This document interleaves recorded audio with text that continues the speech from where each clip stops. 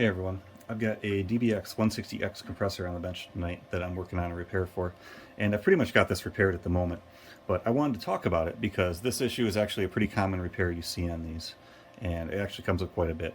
And even though it's not worth doing a whole video on the repair because it was pretty basic overall, I wanted to discuss it just so you understand what is wrong with it in case this happens to one of yours.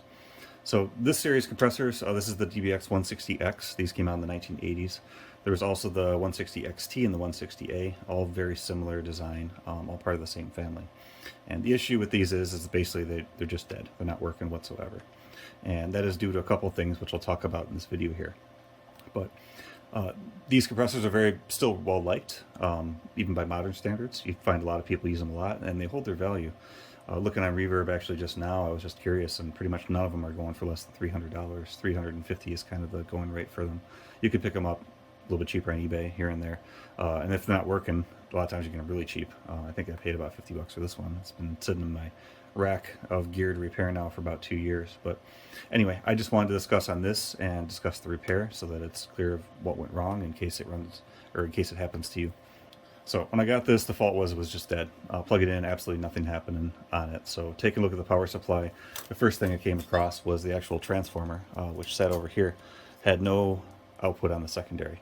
So there'd be 120 in on the primary, but there'd be nothing coming out the secondary. So I kind of stripped this guy apart because sometimes in these transformers you can find little fuses inside on the windings.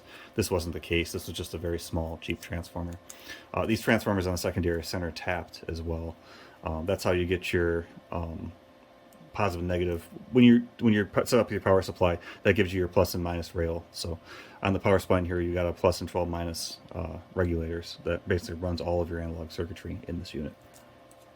So what actually failed in this unit had to do with this power supply right here. And there was actually two things that went wrong. So first is the capacitors were just old and they were leaking.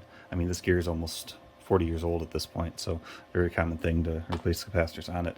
But secondly, these actually were held in by a silicone caulk or some type of actually compound to prevent these from vibrating around, so they don't break off leads or break your solder joints on them. You see that quite often in gear with bigger capacitors. And what happens is that when that stuff gets old and it gets brittle, some of it actually starts conducting. It becomes conductive. So you end up with like a very low resistance path of it. So the resistance that basically that caulk created, along with the corrosion from the actual leaking capacitors. Electrolyte in here, when it starts leaking out the bottom, is very corrosive and starts eating away all your traces in your board. Those two things combined created the path of low resistance basically between the two rails coming out of this power supply. And what that did is it created high current, which this unit doesn't have any fuses in it, which I'll talk about here in a second. And since there was no fuse to basically limit that current, it went to the transformer and burnt up the secondary on the transformer. And that's what ultimately killed this guy. So what I've done is gone through and take out the old capacitors. I've got them all over here. Replaced them with new Panasonic 105C rated good capacitors. I upped the voltage too. These are actually rated for 50 volts where these are only 35. Just it's what I had in the package size. It's funny, the modern capacitors are just smaller than the older ones.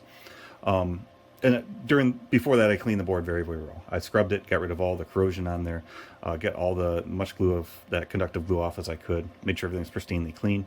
And then the other issue I had is one of those traces was actually eaten up. That trace that was conducting, creating that low current path, it was actually burning that trace up into the fiberglass board. So I had to cut all that out, remove the trace, and put a wire in there bypassing it, just to make sure that I didn't see this issue come back again. Once that was all done, I needed to replace the transformer, and this little transformer here, I had nothing of that size. I've got a couple others that are a little bit bigger on hand that I was using for this, and I've got one wired up here on the bench just for testing. So, and that works. The way these transformers are set up too is they've got two primary coils, two secondary coils. The primary is how you adjust your input voltage. If you put them in series, you can run it at 240 volts. If you put them in parallel, you can run it at 120. That's typically how these work when you have the switch in the back that allows you to adjust your input voltage.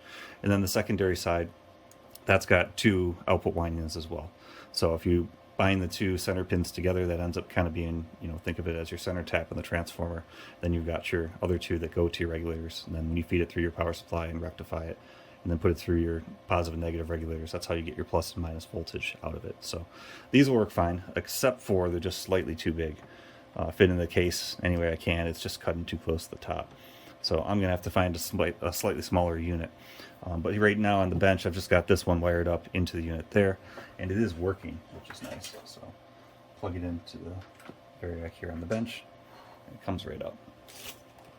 So to test it real quick, I will use my Roland TR505.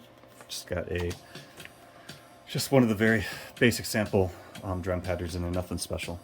But again, it's working perfect now at this point. So both with your over easy and standard compression on there, the over easy just kind of smooths the curve when the compression kicks in, makes it a little bit less snappy. And compression's fully on working too, with the input gain, output gain, everything else. So bypass. So unit's fully functioning besides that, again. So it was primarily just that power supply that was the issue on here that caused this thing to short out and actually blow out the transformer. So back to the fuse protection, there's none in here, which I found very, very interesting. So on the back section here, there's 2 spots for fuses right there. To have 2 fuse holders in, and even rates the fuse size as 200 milliamp fuses it wants. But there's jumper wires bypassing them. And this was factory. I don't know why they did this, but because these 2 weren't here, there was nothing to limit the current. Like I said, they took out that transformer. So as a last step, I'm going to put those 2 fuse holders back in there, just with some small clips, fuse holding clips on there. And then cut the jumper wires bypassing those, so I'll actually have the fuse protection on there. And then I'm also going to put a protection on the input as well, to the input side of the transformer, just because it's a good thing to do. But with those 2 things, I'll have the protection in there necessary, so if anything like this ever happens again, it's not going to destroy itself like it did in this case. Lastly, like I said, I just need to source a little bit smaller transformer, which I've already done. It's on its way from DigiKey, so I'll have that in there to replace it. I'll mount that in there nicely, and then really the only thing you may want to consider doing is just replacing the rest of the capacitors in these units. I'm not going to right now. I actually pulled 2 out. I pulled this one and I pulled this one and just tested them on my LCR meter, and they're both tested good. No issues there, but they're still approaching 40 years old. And just based on this unit probably being a studio unit and being on all the time, which is why the power supply section failed and leaked all over the place, it would probably be a good time, or a good thing to replace them if you wanted to. But like I said, right now it sounds good. I've got good audio levels going through it. I don't see any reason to at the moment. So there's about 30 of them in here, so I'm not going to replace them at the moment, but it wouldn't be a bad thing to do. So anyway, that's how you replace the DBX 160 series of compressors from the 80s. Mine was actually built sometime around 84. I checked some of the date codes and the chips, and they're all 84, so it's probably 84 or 85 when this unit was actually produced. So again, almost 4 years old at this point. But anyway, it's working now. I just need to finish up, get it back together, and throw it in my rack in the studio there. And this will be a nice little addition to my compressor rack. So anyway, hopefully this was useful to you, and thank you for watching.